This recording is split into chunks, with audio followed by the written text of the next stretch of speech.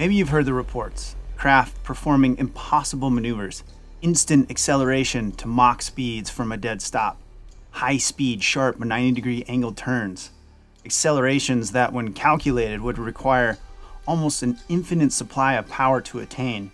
Performing maneuvers anything like these would turn us into a squished ketchup packet on the inside of a craft even capable of performing them.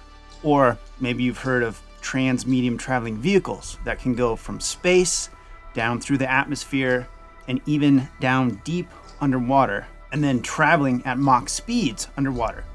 These craft can then transition back from the water out into the thin air atmosphere and back out into space. So when Dr. Salvatore Pais, an aerospace engineer at the Naval Air Warfare Center Aircraft Division, began filing patents for devices that could perform these types of maneuvers, many said that these patents were either radical aviation technology breakthroughs or theoretical physics mad science. But you know what else has all these same bells and whistles of these patents on their crafts? UFOs.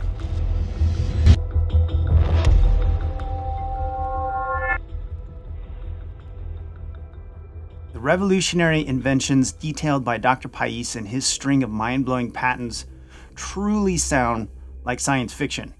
But according to the United States Navy, they're modeled off of advanced theoretical concepts dubbed the Pais effect, which they say have been demonstrated to be real. And if real, these patents and devices could revolutionize our current air, space, and underwater craft, not to mention create nearly unlimited clean energy for the world. To be sure, these patents submitted by Dr. Pais are out there, and I mean way out there. So far out there, in fact, that the USPTO office initially denied these patents. But just as swiftly as they were denied, the US Navy stepped in and vouched not only for the science of Dr. Pais and his patents, but also their efficacy. In fact, to support these claims, the US Navy built prototypes of some of the futuristic tech to prove that they actually worked. So the question I have is, where did Dr. Pais get the ideas for these wild devices? And why did the US Navy go out of their way to support his claims that they worked? I mean, we're talking about some pretty crazy stuff here, including plasma compression fusion device, a patent for an unconventional propulsion spacecraft engine that works using inertial mass reduction, which is also described in the patent paperwork as a hybrid Transmedium Aerospace underwater craft. Then there's the piezoelectricity-inducing high-temperature superconductors, a patent for an electromagnetic field generator, and another for a high-frequency gravitational wave generator. It all gets pretty weird pretty quickly, and it's easy to see why these submissions by Dr. Pais have been dubbed the UFO patents. Interesting to note, the US Navy made its case to the USPTO office that the science outlined was not only sound, but also made a strong case that they were necessary because the US was behind in development of what China was supposedly already working on. And even more crazy than reading this and the write-ups for these devices is that eventually they were actually approved.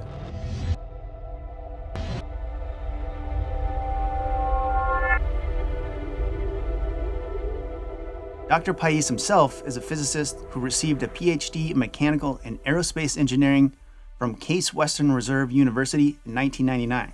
He is also a graduate research fellow with the NASA Glenn Research Center, Cleveland, and has worked as an engineer and advanced concept analyst for Northrop Grumman. When these UFO patents were filed, Dr. Pais was an aerospace engineer for the Naval Air Warfare Center Aircraft Division at Naval Air Station Patuxent River in Maryland, which also happens to be the Navy's top aircraft test base. Dr. Pais has published several articles and has presented several papers at the American Institute of Aeronautics and Astronautics conferences, where he describes his work in electromagnetic propulsion, revolutionary room temperature superconductors, and topics similar to his PhD dissertation, which was titled Bubble Generation Under Reduced Gravity Conditions for Both Co-Flow and Cross-Flow Configurations. Listening to these credentials, you may not be surprised that Dr. Pais has been employed by the Pentagon for decades, or that the US Navy aren't the only major supporters of Dr. Pais. NASA actually helped fund his PhD dissertation, a copy of which is up on their website right now. I'll link to that in the description below, as well as a full list of his publications. With all that said, let's take a good look at these wild UFO patents in order of their submission and see if we can just figure out what the hell is going on.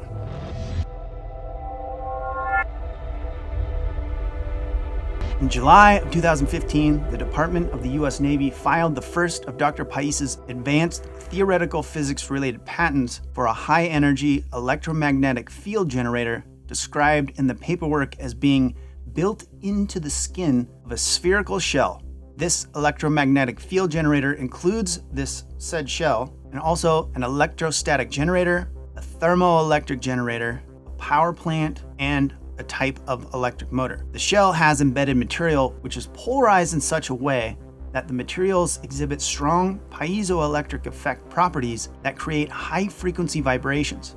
A piezoelectric effect is the ability of certain materials to generate an electric charge in response to applied mechanical torque or stress. So as you put more stress on the material, it actually creates an electric charge.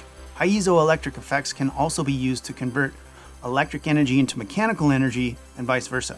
According to Dr. Pais's patents, the electromagnetic field generating shell would use radioactive elements that, under high frequency vibrations, would induce a gamma ray emission. The electrostatic generator described is for charging up the shell, sort of like a giant battery. This would power the electric motor, which supplies voltage to the shell spinning at high angular speeds and generating an electromagnetic barrier. It's not at all a stretch to see the very real military use of this device as a type of force field to protect craft or vehicles, or really anything that can be configured to produce this electromagnetic field around it. This concept, like all in this group of patents, are centered around what is called the Pais effect. This effect and the related powerful electromagnetic fields Dr. Pais claims can lead to literally engineering the fabric of our reality at the most fundamental level, and obviously opening possibilities for incredible revolutions in power, propulsion, quantum communications, energy capacity production and delivery, but also, unfortunately, weaponry. A high-energy electromagnetic field generating project like this could be continued or may currently be in a few government or military agencies like the Office of Naval Research, the Naval Research Laboratory, the Air Force Research Laboratory, NASA, or the Defense Advanced Research Projects Agency, DARPA. Why does it always have to come back to weapon systems?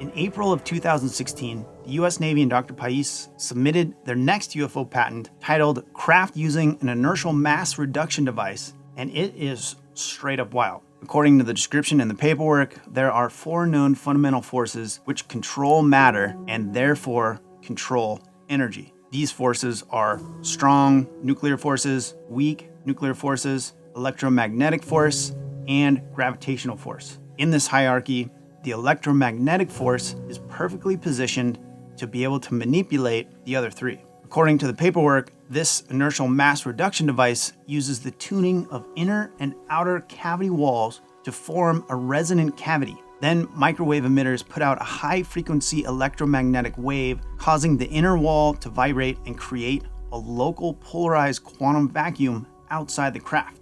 Think of this quantum vacuum as a bubble around the craft, where when inside that bubble, the craft can move around a physical environment at will, and it won't feel any inertia or molecular drag effects, regardless of the maneuvers being performed, varied acceleration or deceleration, or any varied medium that it travels through, like air, water, or space. The suggestion of this device is that the quantum vacuum around it is the reduction of the vehicle's inertial and gravitational mass, so essentially the craft can ignore or counteract any sort of inertial momentum, aerodynamic or hydrodynamic forces. This is likely how you see UFOs moving at Mach speeds and can reportedly make 90-degree angle turns or come to a complete stop, only to shoot off again to instant high speeds from that dead stop. Our current understanding of conventional aircraft material science design would literally be torn apart from the G-forces in scenarios like this. And even if the craft could prevent catastrophic failure from the tremendous torque on the craft design, nothing made of organic soft tissue like a human would survive anywhere near the G-forces being created inside such a craft. We would be squished ketchup packets on the inside of the windshield or the walls. But if you can reduce or remove that gravitational mass and effects of inertia down to essentially zero while inside that bubble, you could, in theory, move in any direction at any speed. And if you couldn't see everything zipping by out the window at Mach 20, you would swear you were just sitting on the ground, not moving at all. This device also bumps up against and potentially past the cosmic speed limit of light speed. The reason the speed of light, 670,616,629 miles per hour, is something of a universal speed limit is that mass increases to infinite as you reach it, which in turn demands infinite energy to continue moving past it. And this is one of the basic limits of relativity. But this device has the ability to reduce mass and infinite energy requirements and opens up incredible implications for faster than light travel, which is likely the only way we humans will ever venture outside of our solar system, and equally how anyone coming from outside our solar system is likely getting here in any reasonable amount of time. Naval Aviation Enterprise Chief Technology Officer Dr. James Sheehy claims the realization of this result demonstrates that this patent documents the future state of what is possible and moves propulsion technology beyond gas dynamic systems, like chemical rocketry, to field-induced propulsion-based hybrid aerospace undersea craft. Sounds pretty cool to me. Serious question though, how do I sign up to go for a ride in one of these things?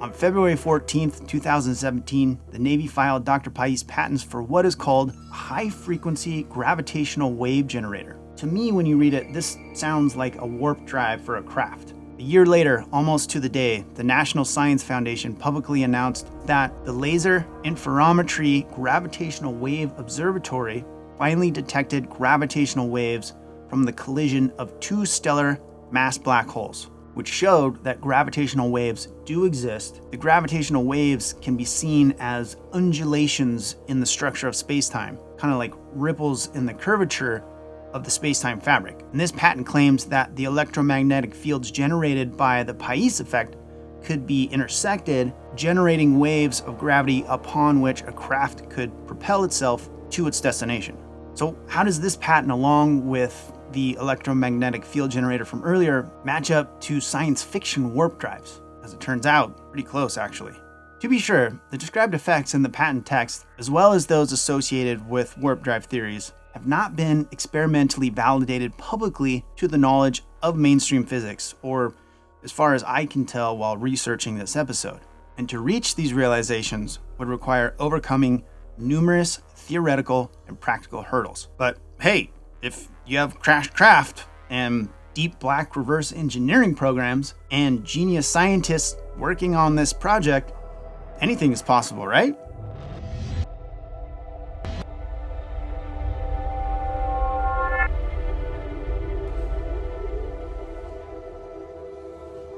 In March 2018, Dr. Pais submitted probably the most interesting and exciting of all these patents in terms of potential real-life effect for you and I on a daily basis. And that was for a plasma compression fusion device that creates a powerful, usable, compact fusion reaction. This is long the stuff of science fiction. And if this technology, which has been dubbed the holy grail of energy production, could be realized, it could potentially create near unlimited clean energy for the world and drastically change essentially everything in modern life. And by the way, this isn't just the brainchild of Dr. Pais and the Navy. Lockheed Skunk Works also hold a patent on compact fusion reactor device that subsequently puts out exponentially more power than it takes in to create it. Then there is the International Thermonuclear Experimental Reactor Organization, made up of the 27 European Union countries plus India, Japan, Korea, China, the Russian Federation, and the United States, working on an industrial thermonuclear fusion device. A little pause here. Notice that the US, China, and Russia are all on that list? I thought we were adversaries. Maybe all these horrific wars are just propaganda to feed the egregious worldwide military-industrial complex machine that is the actual worldwide cabal committing horrific atrocities on the human race over and over and over again in the name of money and power. But that's a discussion for another episode, so I'll just leave that here for now. Comment below if you'd like to see an episode on that. Back to compact fusion devices. In a nutshell, these crazy devices purport to create a concentrated magnetic energy flux through electromagnetic radiation inside a toroidal vacuum chamber that compresses and harnesses the fusion reaction output. These reactions, once they begin, require very little input power compared to the exponential output. According to the Pais patent application, this device could contain and sustain fusion reactions capable of generating power in the gigawatt, which is 1 billion watts, to terawatt, 1 trillion watts range or more.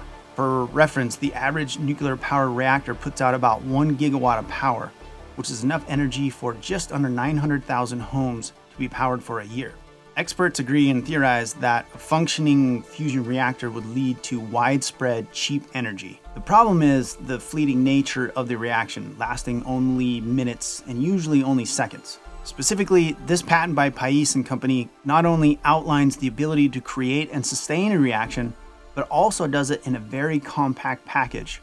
Compared to other projects around the world, like the ITER tokamak, which requires a large space inside of a large building, Pais and the Navy claim their device is only about the size of a small SUV. Sadly, it's not all rainbows and unlimited cheap ubiquitous energy. Other documents recovered via FOIA requests worryingly highlight a space-time modification weapon that can make the hydrogen bomb seem more like a firecracker in comparison. That sounds absolutely terrifying.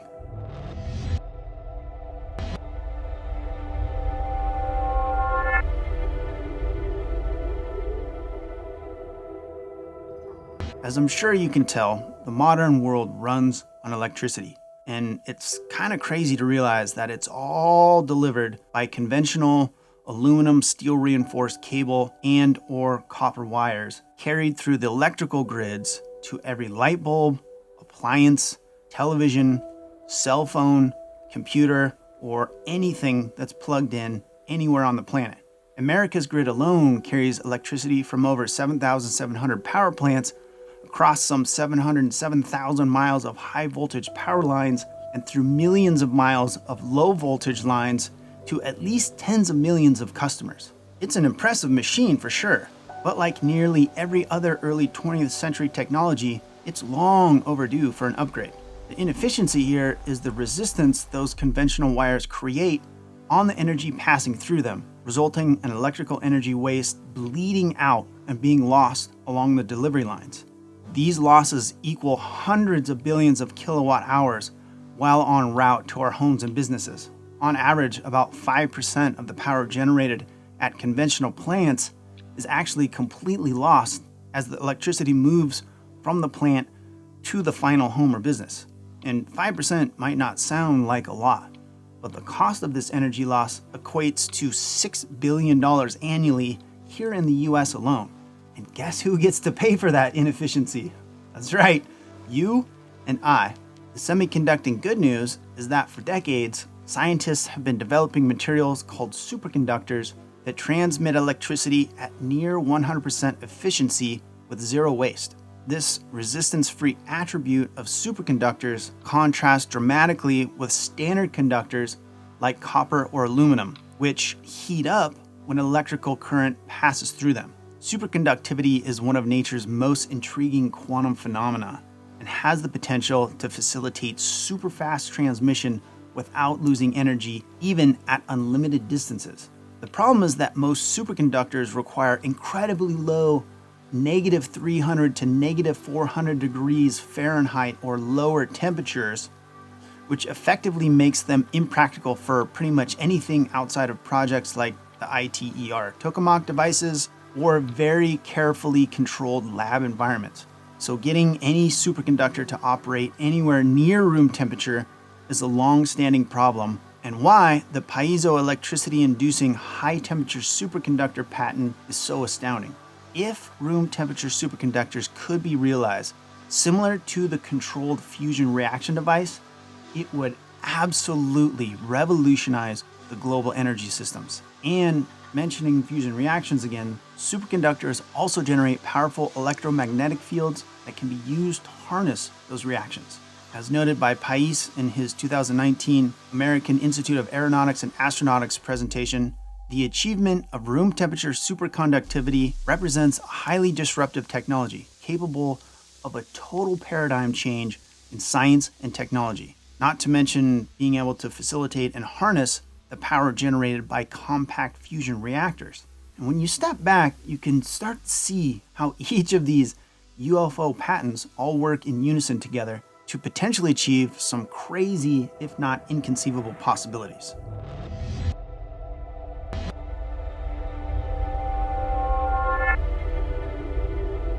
Any one of these UFO patents would transform modern science and society. But the Navy has recently thrown cold water on the hopes of publicly realizing some of these breakthroughs. Queries by the War Room media outlet about these experiments were met with confirmation that a 3-year, over $500,000 assessment had not found clear proof of the Pais effect, at least as far as stated publicly. What about the Pais fusion device? Even if Pais is wrong, it doesn't mean fusion is going to stay the stuff of science fiction forever. Science is always, albeit slowly, moving forward. So then, what was the reason for the submission of these incredible devices publicly? Maybe these patents are a sort of hedging to ensure that the United States can step in and claim any breakthroughs as their own, as the ones who discovered them initially. A second, more cynical explanation is that this is all a disinformation operation by the US to entice our adversaries into spending billions of dollars on dead-end research. And even if that sounds far-fetched, it was supposedly the thinking behind President Reagan's Star Wars initiative to trick the Soviets into burning billions of rubles for the then supposedly non-viable space-based missile defense system that the US had leaked information about. So are these patents just some cheeky ploy to send China on a wild goose chase for the Pais effect? Another logical possibility is that if these breakthroughs, which have the potential to be so earth-changing, were actually legit, wouldn't this research be deeply classified and not patented in public like the rest of basically everything else to do with the UFO phenomena? But the last, most fun possibility is that Dr. Pais' Navy-supported patents could actually be cover for reverse engineering alien technology being brought out into the public for whatever reason. If the recent disclosures over the last couple of years by the Pentagon and other whistleblower insiders is in fact a reality, as we've covered on this channel, and these turn out to be extraterrestrial influenced ideas, they are yet another significant piece of evidence that the US government is in fact in possession of such otherworldly craft.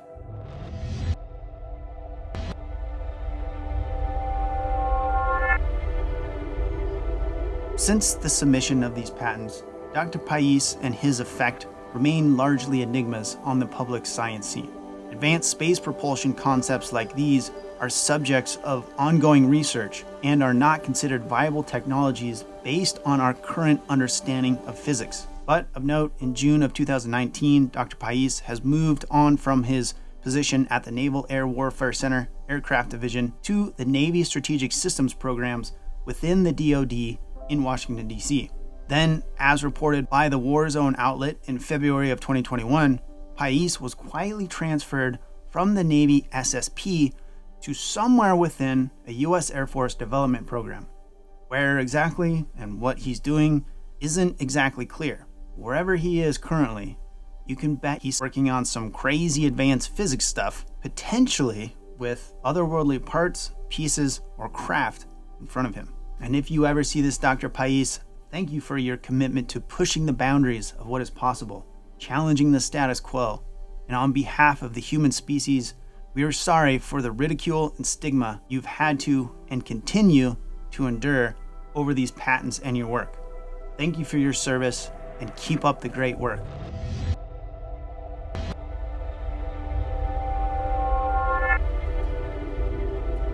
hope you enjoyed this episode about Dr. Pais and his incredible patents. This to date has been the most in-depth episode I've ever produced for this channel. Theoretical physics isn't my strong suit, and also why it took me an extra week or two to get this finished and uploaded. Currently, it's taken me about 3 to 4 weeks, or this one close to 5, to put out new episodes.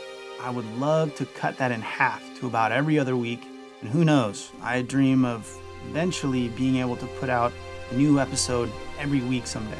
If you would like to see that increased frequency, then please like, subscribe, share. Those really help the channel grow, which in turn will help me be able to put out more content more frequently. And if you would like to support this project directly and really help turn up the frequency, then I've recently launched a Patreon account for Beyond Strangeness. If that is something that you'd be interested in seeing or supporting, then this is my humble ask for that support to help make it happen. So thank you very much for the early support. I appreciate that, and I appreciate you more than you'll likely ever know. And if you'd like to see another episode about how in 1999, the French government actually admitted and published that the extraterrestrial hypothesis is the most likely explanation for the UFO phenomenon, then watch the episode linked at the end of this video and in the description below. And until that next episode, thank you for watching. My name is Jason. This has been Beyond Strangeness. I will see you again soon. Take care, my friend.